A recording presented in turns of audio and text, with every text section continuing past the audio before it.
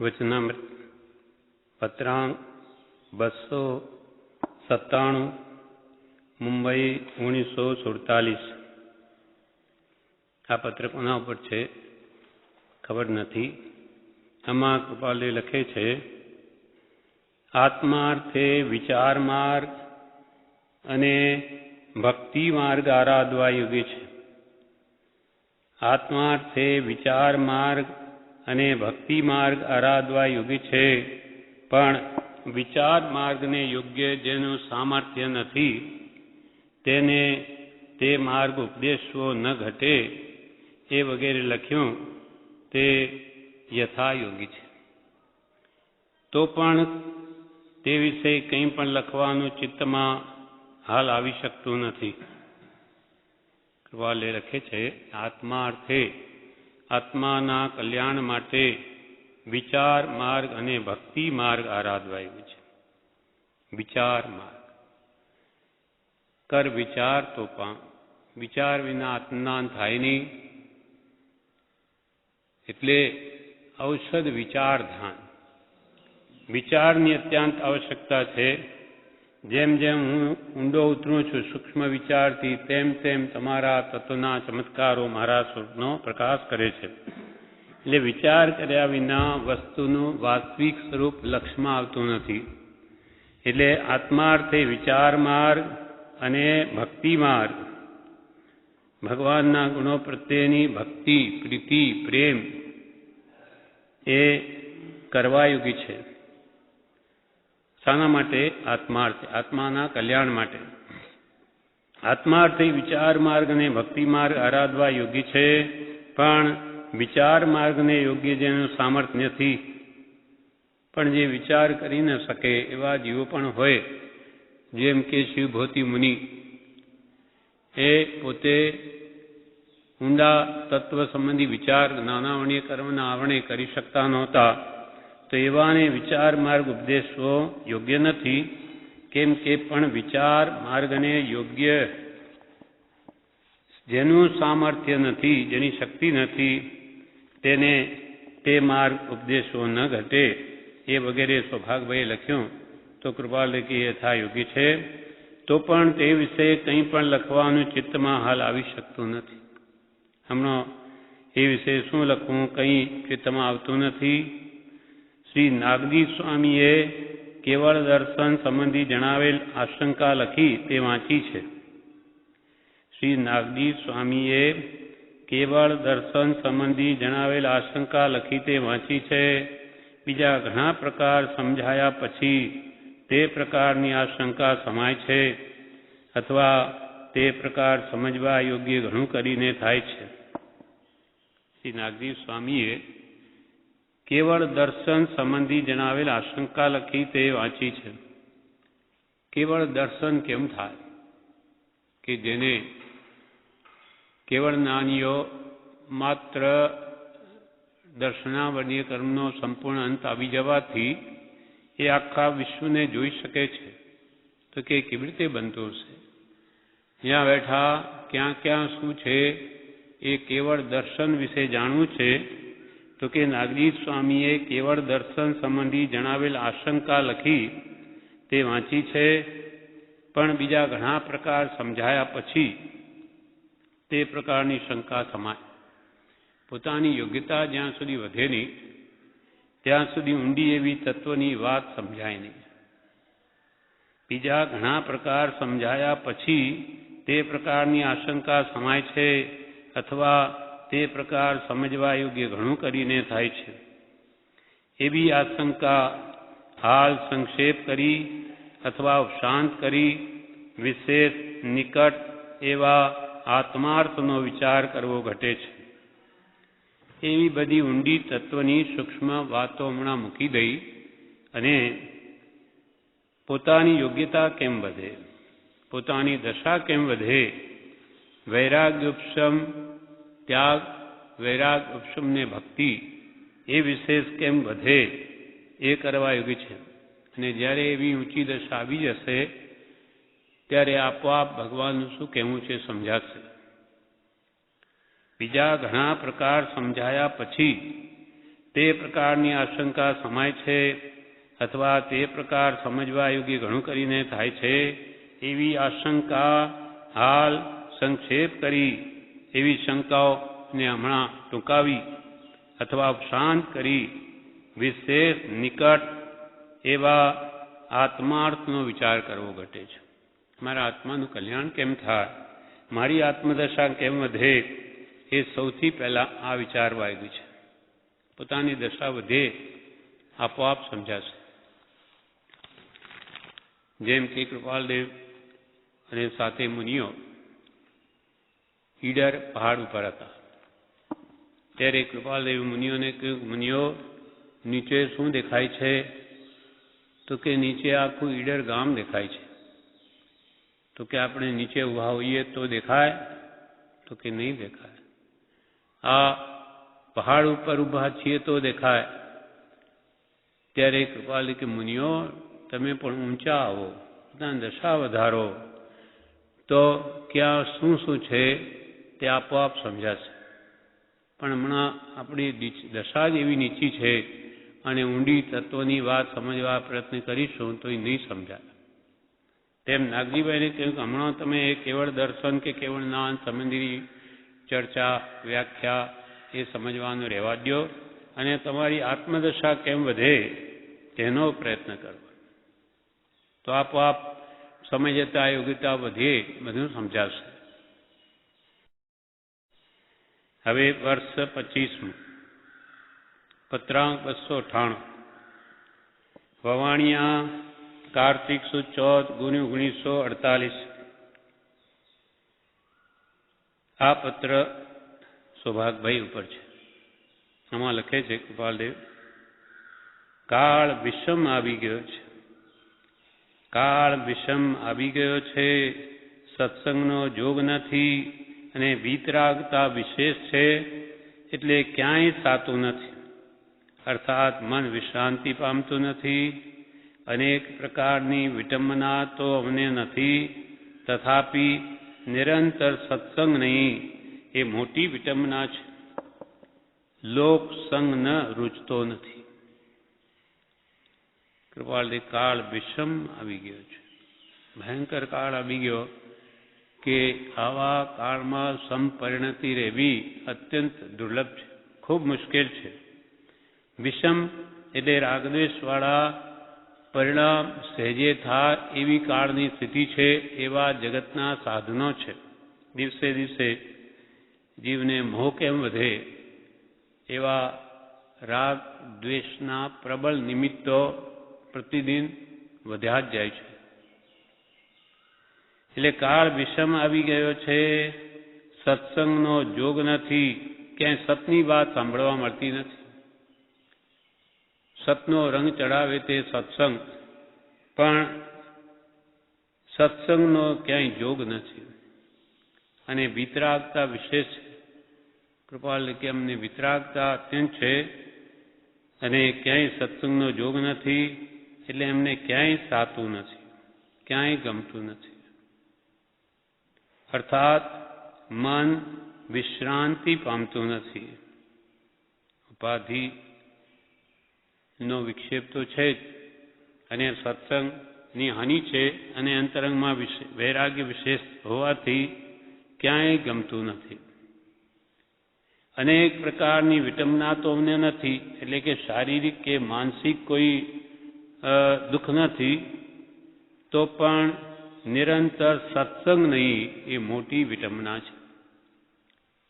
કૃપાલદેવને તો હંમેશા સત્સંગમાં રહેવું છે. એકમાત્ર આત્માર્થને પોષણ મળે તો જ એમને શાંતિ વળે છે. બાકી આવા બધા સંસારના કાર્યો એમને રૂચતા નથી, ગમતા નથી. તથાપી નિરંતર સત્સંગ નહીં એ મોટી વિટંબના છે. આના વિશે 319મા પત્રમાં પણ કૃપાલે લખે છે, અનંત કાળ થયા સ્વરૂપનું વિસ્મરણ હોવાથી અન્ય ભાવ જીવને સાધારણ થઈ ગયો છે. દીર્ઘ કાળ સુધી સત્સંગમાં રહી બોધ ભૂમિકાનું સેવન થવાથી તે વિસ્મરણ અને અન્ય ભાવની સાધારણતા ટળે છે. અર્થાત અન્ય ભાવથી ઉદાસીનપણું પ્રાપ્ત હોય છે. કૃપાલે લખે છે કે અનંત કાળ થયા પોતાના સ્વરૂપનું ભાન ક્યાંથી નથી? અનાદિકાળથી નથી. અનાદિકાળથી પોતે પોતાને ભૂલેલો જ છે.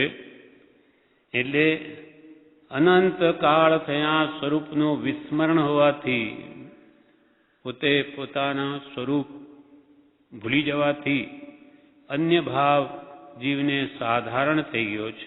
અન્ય ભાવ એટલે દેહ ભાવ. આત્મભાવ ભૂલાઈ ગયો છે અને દેહ ભાવ અથવા વિભાવ ભાવ એ જીવને સાધારણ થઈ ગયો છે, સામાન્ય થઈ ગયું છે. એટલે જે દેહમાં જન્મે તે રૂપ પોતાને માને છે.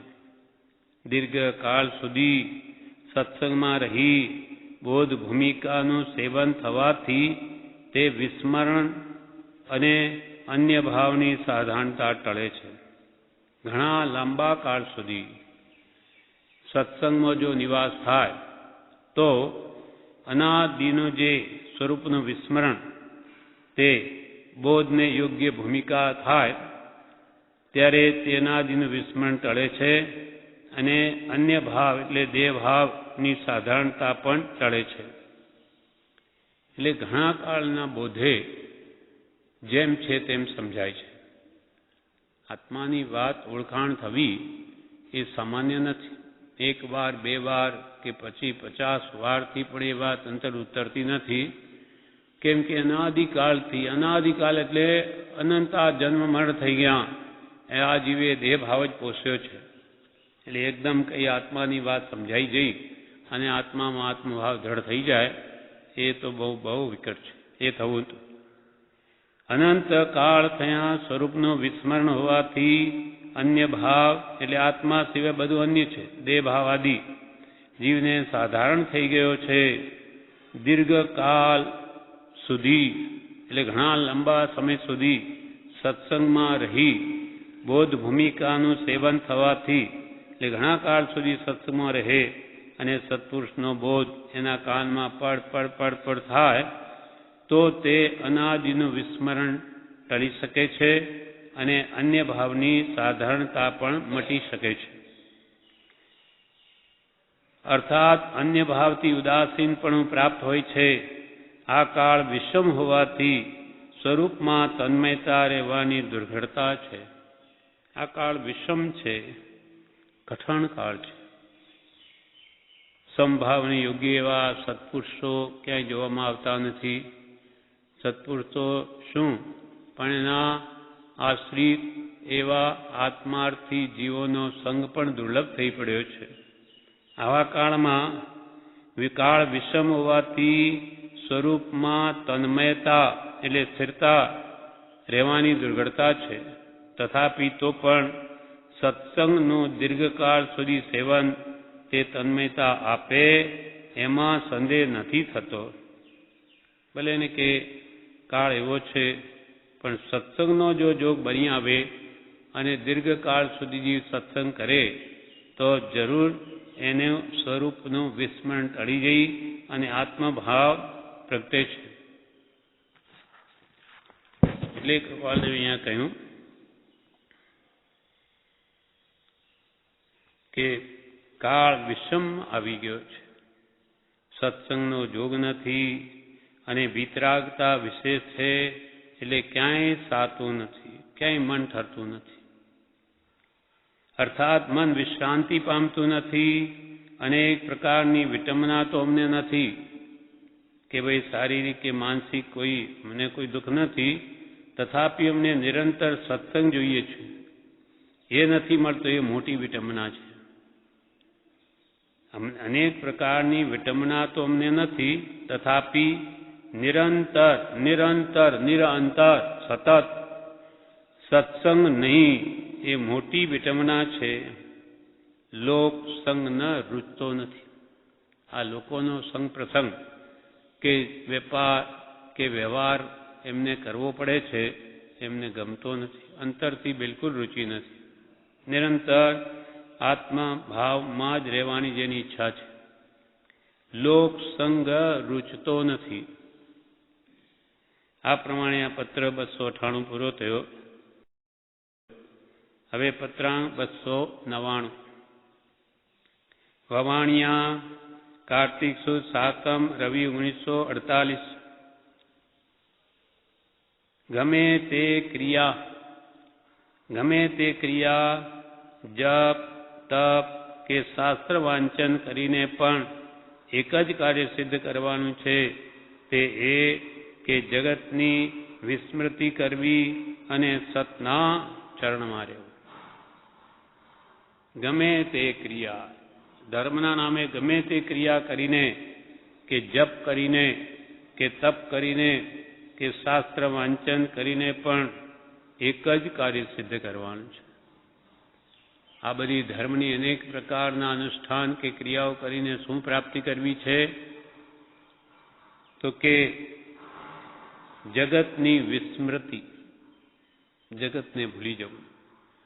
જ્યાં જ્યાં જીવે આ જગતના પૌદ્ગલિક પદાર્થોમાં મમતા કરી છે, મારાપણું કર્યું છે, તે બધું મૂકી દેવું અને સતના ચરણમાં રહેવું. સત એટલે સત્પુરુષ, એના ચરણમાં એટલે એની આજ્ઞામાં રહેવું. અથવા આત્માની ભાવનામાં રહેવું, દેહભાવની આત્મભાવમાં રહેવું. ગમે તે ક્રિયા જપ તપ કે શાસ્ત્ર અધ્યયન કરીને પણ એક જ કાર્ય સિદ્ધ કરવાનું છે, તે એ કે જગતની વિસ્મૃતિ કરવી અને સતના ચરણમાં રહેવું. આ કરવાનું છે. બધું કરીને જગતને ભૂલી જવું. ભગવાને જે પદ્માસન મુદ્રાવાળી એ શું ઉપદેશ આપે છે? પગ ઉપર પગ મૂકી દીધા. ભગવાનની મૂર્તિમાં આપણે જોઈએ પગ ઉપર પગ મૂકી દીધા. એટલે શું કહેવા માંગે? કે આ જગતમાં ક્યાંય જવા જેવું નથી. હાથ ઉપર હાથ મૂકી દીધા. આ જગતમાં કંઈ કરવા જેવું નથી. આંખ પણ બંધ કરી દીધી. આ જગતમાં કંઈ જોવા જેવું નથી.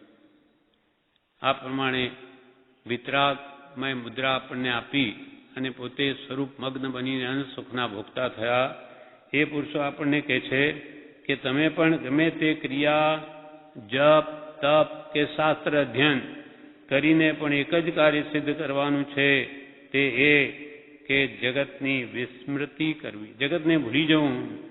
જ્યાં જ્યાં મોહ મમતા કરી છે તે મૂકી દેવી અને સતના ચરણમાં રહેવું, સત્પુરુષની આજ્ઞામાં રહેવું. જ્ઞાની કહે તેમ કરવું અથવા હંમેશા આત્મભાવમાં રહેવું. આત્મભાવના ભાવતા જીવ લહે કેવળ જ્ઞાન.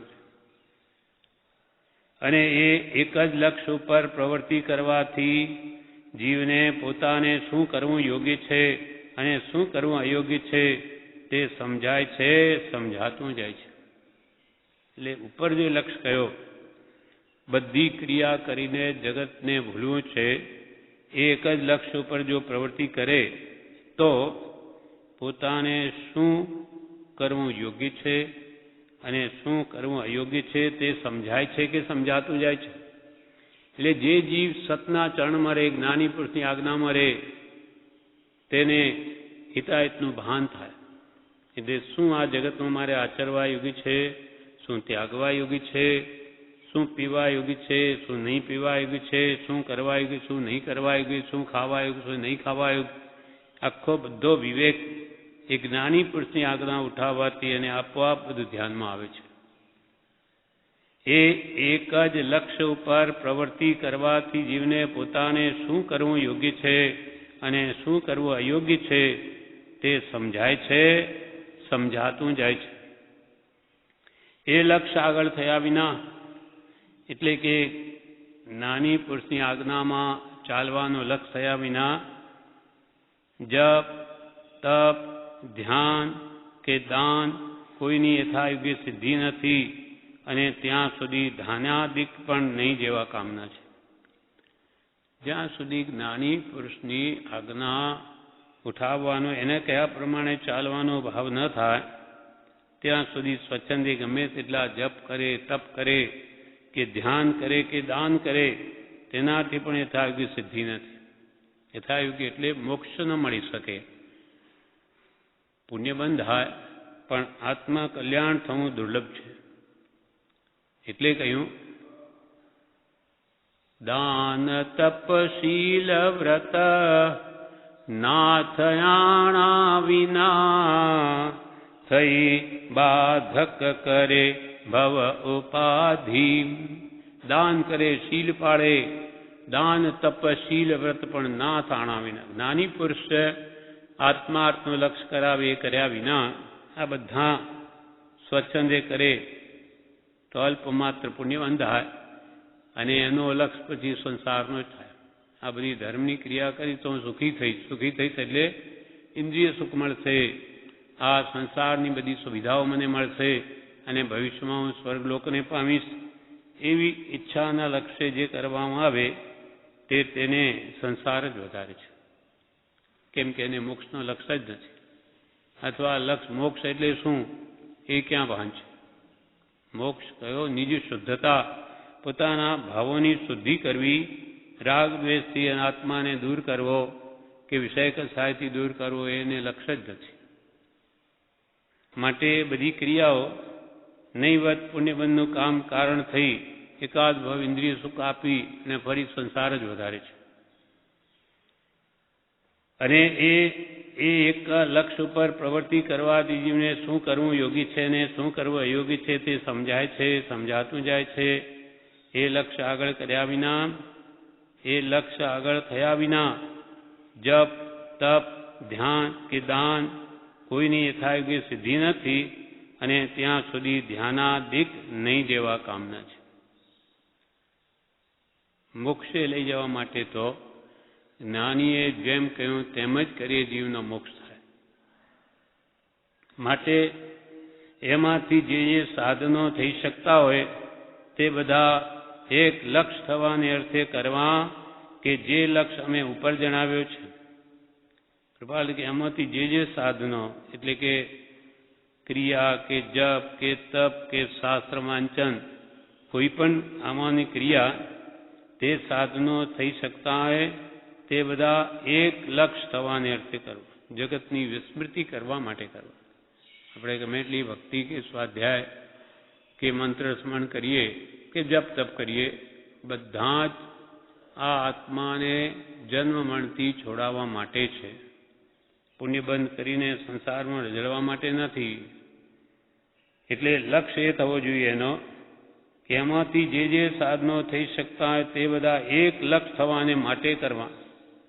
મારે જગતની વિસ્મૃતિ કરવી છે અને સત્પુરુષના ચરણમાં રહેવું છે એના માટે કરવા કે જે લક્ષ્ય અમે ઉપર જણાવ્યું છે. જપ તપાદી કંઈ નિષેધવા યોગ્ય નથી કે ભાઈ જપ તો ખોટા છે એમ કહેવાનો અમારો આશય નથી. જપ તપ કંઈ નિષેધવા યોગ્ય નથી, તથાપી તે બધા એક લક્ષ્યને અર્થે કરવા, એક આત્માર્થે અને કોઈ પ્રયોજન અર્થે નહીં. અને એ લક્ષ્ય વિના જીવને સમ્યક્ત્વ સિદ્ધિ થતી નથી. એટલે આ લક્ષ્ય જ્યાં સુધી એને નહીં થાય ત્યાં સુધી એને સાચી આત્મસિદ્ધિ પ્રાપ્ત થતી નથી. વધારે શું કહીએ, ઉપર જણાવ્યું છે તેટલું સમજવાને માટે સગળા શાસ્ત્રો પ્રતિપાદિત થયા છે. વધારે શું કહીએ, બધા શાસ્ત્રો પણ એના માટે જ કે આ જગતની વિસ્મૃતિ કરવીને સત્પુરુષની આજ્ઞામાં રહેવું તો જ કલ્યાણ થાય એ સમજાવવા માટે જ બધા શાસ્ત્રો જ્ઞાની પુરુષોએ ઉપદેશ્યા છે.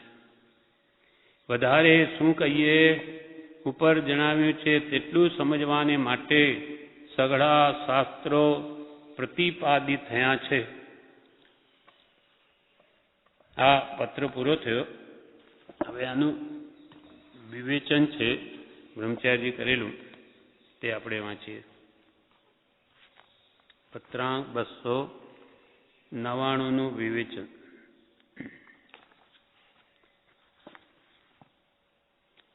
વચનામૃત વિવેચન 571 શ્રીમદ રાજચંદ્ર આશ્રમ શ્રાવણવદ બીજ સંમત 2009. પૂજ્યશ્રી કહે, બધાનો સાર કયો? બધાનો સાર કયો? બધું કરીને કરવાનું શું? તો કે જગતની વિસ્મૃતિ, જગતને ભૂલી જવું. જગતમાં છે શું? મોહ, મોહ ને મોહ છે, અથવા આદિ વ્યાધિ ને ઉપાધિ છે. માટે એવા આ જગત કે વિશ્વ કે દુનિયાની ભૂલમણી કરવી, ભૂલી જવું. એને મન એવું છે કે કશું ન હોય છતાં વિકલ્પો કરી કર્મ બાંધે. મન કેવું છે? પાસે ભલે ને કશું ન હોય તો પણ એ વિકલ્પો કરીને કર્મ બાંધે. બે કામ સાથે ન થાય. પણ બે કામ સાથે ન થાય. કાં તો એક કામ થાય, કાં તો બીજું. જેમ કે કબીરદાસજીએ કહ્યું, કબીરા મન તો એક હૈ, ચાહે જીગર લગા, ચાહે ગુરુ કી ભક્તિ કર, ચાહે વિષય કમા. કબીરદાસજી કે મન તો એક છે, એને તમે કાં તો 5 મિનિટના વિષયોમાં રમાવો, એટલે કે સંસારમાં એને દોડાવો, અને કાં પછી ગુરુ કી ભક્તિ કર. એ સિવાય બે કામ એક સાથે ન થાય. એક ત્યાગ માર્ગ છે, એક રાગ માર્ગ છે. એક ગ્રહણ માર્ગ છે, એક ત્યાગ માર્ગ છે. એક રાગ માર્ગ છે અને એક વૈરાગ્ય માર્ગ છે. બેને આસમાન પાતાળ જેટલું અંતર છે. એટલે બે એક સાથે કામ નહીં થઈ શકે. જેમ કહેવાય લૌકિકમાં કે દૂધમાં અને દહીંમાં બેમાં પગ ન રખાય. કાં તો દૂધ હોય અને દૂધ જામી ગયું તો દહીં હોય, દહીં હોય તો દૂધ ન હોય, દૂધ હોય તો દહીં ન હોય. તેમ એક જ કામ થાય. જગત ભગતના રસ્તા જુદા છે. જગત ભગતના રસ્તા જુદા, સૌમાં તલ્લીન હો. એકબીજાને ગાંડા માને, જાણે અક્કલહીન હો. જગત અને ભગત બેના રસ્તા સાવ જુદા, એકબીજાને ગાંડા માને. જગતવાસી જીવ ભગતને ગાંડો માને. એ આ ગાંડો માણસ છે. મનુષ્ય ભાવ મળ્યો, બધી સામગ્રી ઘરમાં હોવા છતાંય ભોગવતો નથી, ગાંડો છે. કોણ કહે? જગતવાસી જીવો ભગતને કહે. ભગત શું વિચારે છે? કે આ જગતવાસી જીવો ગાંડા છે. આવી અમૂલ્ય માનવ દેહની સામગ્રી, આવો સત્પુરુષનો જોગ મળવા છતાં પણ 5 ઇંચના વિષયોમાં પડ્યા છે. જે અનંતવાર અવિન્દ્રિય સુખ ભોગવ્યું તેમાં લુબ્ધાઈને રહે. એટલે એકબીજાને ગાંડા માને, જાણે અક્કલહીન હો. પેલો કે એનામાં અક્કલ નથી, પેલો કે એનામાં અક્કલ નથી. બે પોતપોતામાં મગન છે. કહું કાહું મેં મગન, કહું કાહું મેં મગન, જાકી જાહું મેં લગન, વાકો વાહું મેં મગન. સંસારી જીવો 5 ઇંચના વિષયોમાં મગ્ન છે અને ભગત ભગવાનની ભક્તિમાં લીન છે. એટલે બધાનો સાર કયો? બધું કરીને કરવાની જગતની વિસ્મૃતિ. મન એવું છે કે કશું ના હોય છતાં વિકલ્પો કરી કર્મ બાંધે. બે કામ સાથે ન થાય. કાં તો આત્માર્થ થાય, કાં સંસાર. એટલે પૂજ્યપાદ સ્વામીએ પણ સમાજ શતકમાં લખ્યું છે કે જે વ્યવહારમાં મોટો થવાય છે એને પરમાર્થમાં બરકત ના આવે, અને જે પરમાર્થને ચિંત્યા કરે તે વ્યવહાર યથાયોગ્ય સાચવી ન શકે. વ્યવહાર સૂતો મૂકે તે જાગે આત્મકાર્યમાં, ચિંતવે વ્યવહારો જે તે ઊંઘે આત્મકાર્યમાં. જે વ્યવહારને સૂતો મૂકે, એની વિશેષ સંભાળ ન લે કે ભાઈ લોકોને કેમ લાગશે, એમને સારું લાગે એમ કરું, તો કે પરમાર્થ એનો માર ખાય છે. વ્યવહાર સૂતો મૂકે તે જાગે આત્મકાર્યમાં, અને જે ચિંતવે વ્યવહારો, માત્ર વ્યવહારની ચિંતા કર્યા કરે તે ઊંઘે આત્મકાર્યમાં. તેમ અહીંયા કે છે કાં બે કામ સાથે ન થાય, કાં તો એક કામ થાય અને કાં તો બીજું. જગતને ભૂલી જવું છે એ લક્ષ્ય રાખવો. જો આત્મકલ્યાણ કરવું હોય તો જગતને ભૂલી જવું. જેમાં મહાત્મ્ય લાગ્યું હોય તેમાં ચિત્ત ચોટે છે. નાની પુરુષે જે કહ્યું છે તેમાં ચિત્ત રાખીશ તો જીવન સફળ થશે. એનું મહાત્મ્ય લાગે તો એમાં ચિત્ત ચોટે, નહીં તો ખાવા પીવામાં ચિત્ત જાય. નાની પુરુષના વચનનું મહાત્મ્ય લાગે કે એથી મને શાંતિ વળે છે, એથી મારી વૃત્તિઓ સંભાવ તરફ આવે છે, માટે જ્ઞાનીનું મહાત્મ્ય વિશેષ એમ લાગે તો ત્યાં ચિત્ત ચોટે, નહીં તો ખાવા પીવામાં ચિત્ત જાય. આ તો મેં વાંચ્યું છે, મંત્ર તો મને આવડે છે એમ થઈ જાય તો મહાત્મ્ય ન લાગે. આ તો મેં વાંચ્યું છે, મંત્ર તો મને આવડે છે એમ થઈ જાય તો તેનું મહાત્મ્ય ન લાગે. બધા શાસ્ત્રોનો સાર મંત્ર છે. બધા શાસ્ત્રો ભણીને શું કરવાનું છે?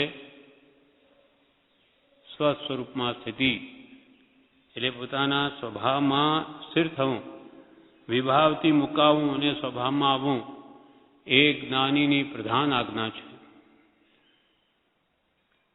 એટલે બધા શાસ્ત્રોનો સાર મંત્ર છે એમ સમજાય તો એના વિચાર આવે. જગતને ભૂલી મહાપુરુષના ચરણમાં ચિત્ત રાખવું છે. જગતને ભૂલી મહાપુરુષના ચરણમાં ચિત્ત રાખવું છે એમ જો મહાત્મ્ય રહે તો એમાં ચિત્ત ચોટે. કર્મના ઉછાળે બીજું મનમાં આવે, પણ મારે તો જગતને ભૂલવું છે. કર્મના કારણે પૂર્વે બાંધેલા છે એટલે બધા વિકલ્પો તો આવશે મનમાં, પણ ફરીથી એનો પુરુષાર્થ એમ હોય કે મારે તો આ બધા વિકલ્પો ભૂલવા છે અને સત્પુરુષમાં ચિત્ત રાખવું છે, એવો પુરુષાર્થ હોય તો તેમ પણ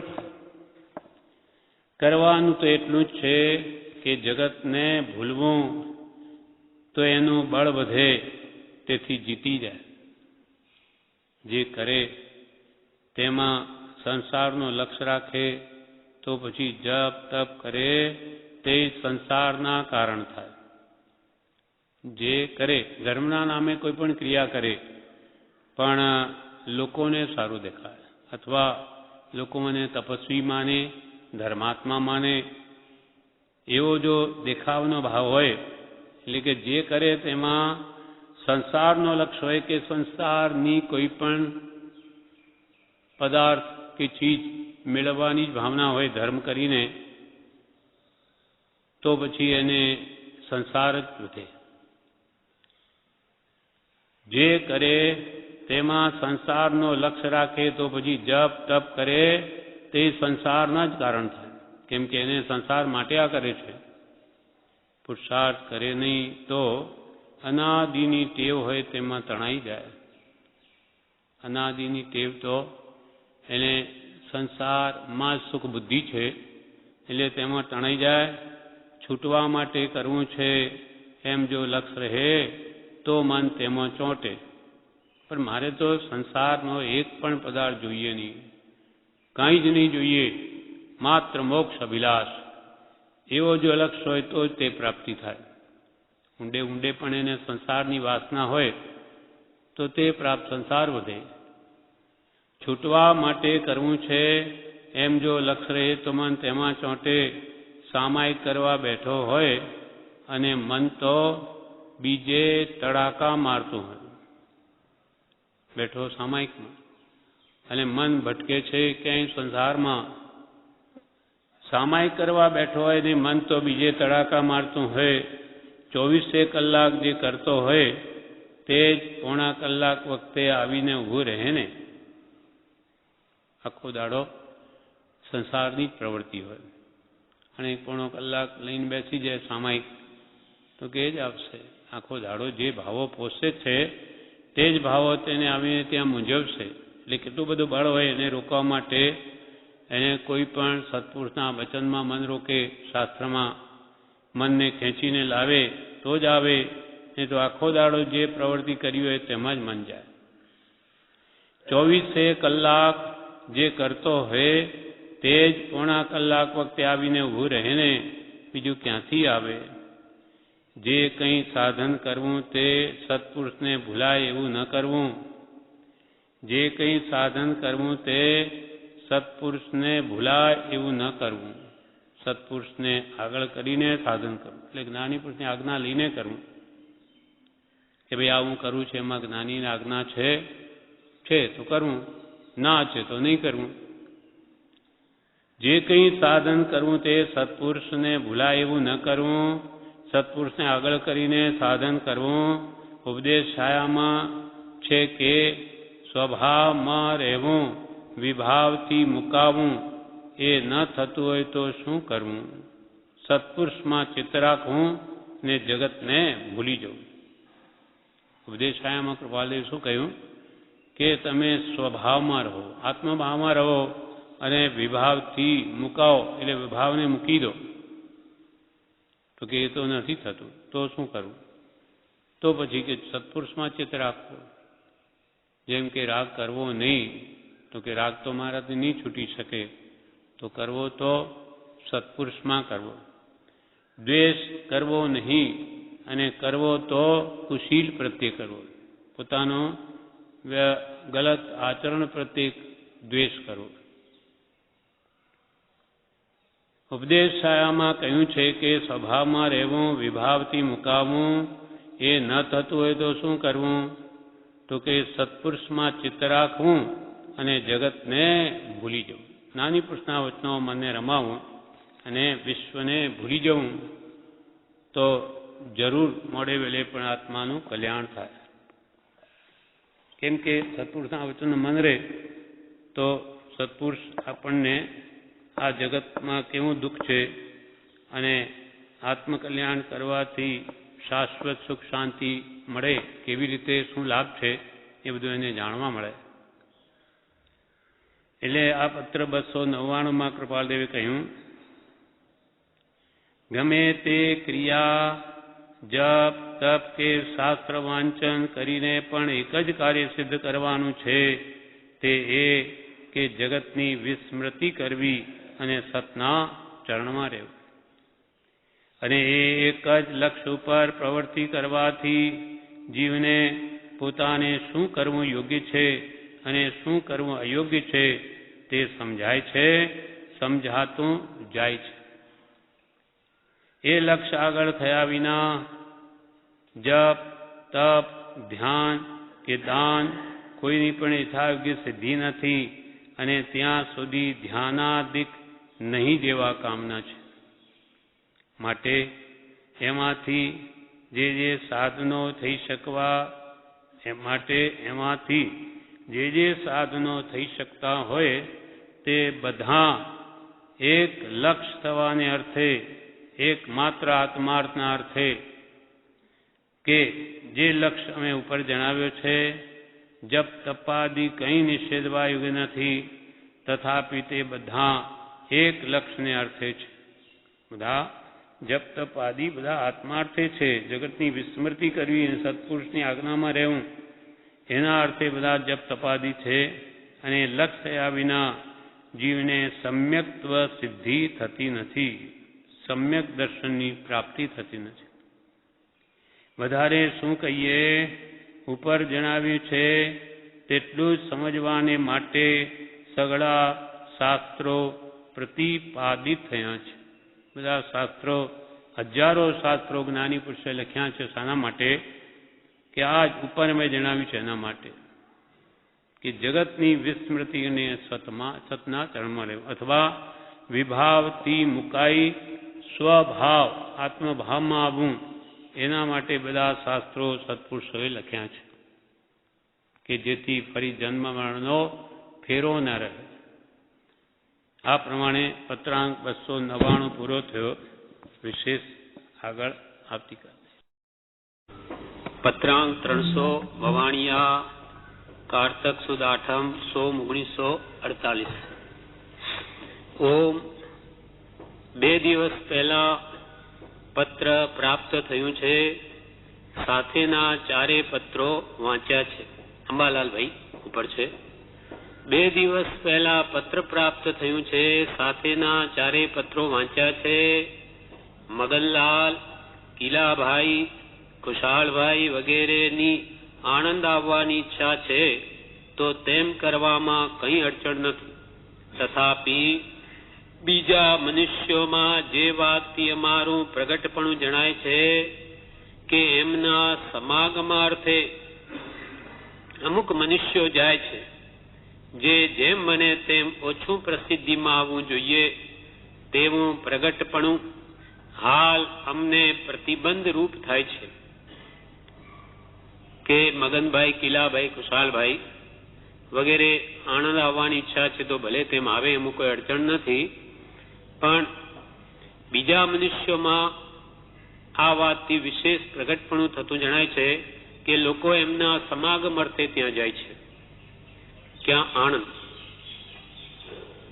એ વાતથી અમારું પ્રગટપણું જણાય છે કે એમના સમાગમાર્થે અમુક મનુષ્યો જાય છે, જે જેમ મને તેમ ઓછું પ્રસિદ્ધિમાં આવવું જોઈએ તેવું પ્રગટપણું હાલ અમને પ્રતિબંધ રૂપ થાય છે. પણ લોકો જાણે કે હવે એમના સમાગમ અર્થે ત્યાં બધા આણંદ જાય છે અને આવી રીતે પ્રસિદ્ધિમાં અમારી આવવા ઈચ્છા નથી, કેમ કે વર્તમાનમાં આવી પ્રસિદ્ધિથી અમને પ્રતિબંધ થાય છે. એટલે આવા લોકોના સંગ પ્રસંગ વધે છે, જે અમને અપ્રિય છે. તેવું પ્રગટપણું હાલ અમને પ્રતિબંધ રૂપ થાય છે. કિલાભાઈને જણાવશો કે તમે પત્રેચ્છા કરી, પણ તેથી કઈ પ્રયોજન સિદ્ધ થઈ શકશે નહીં.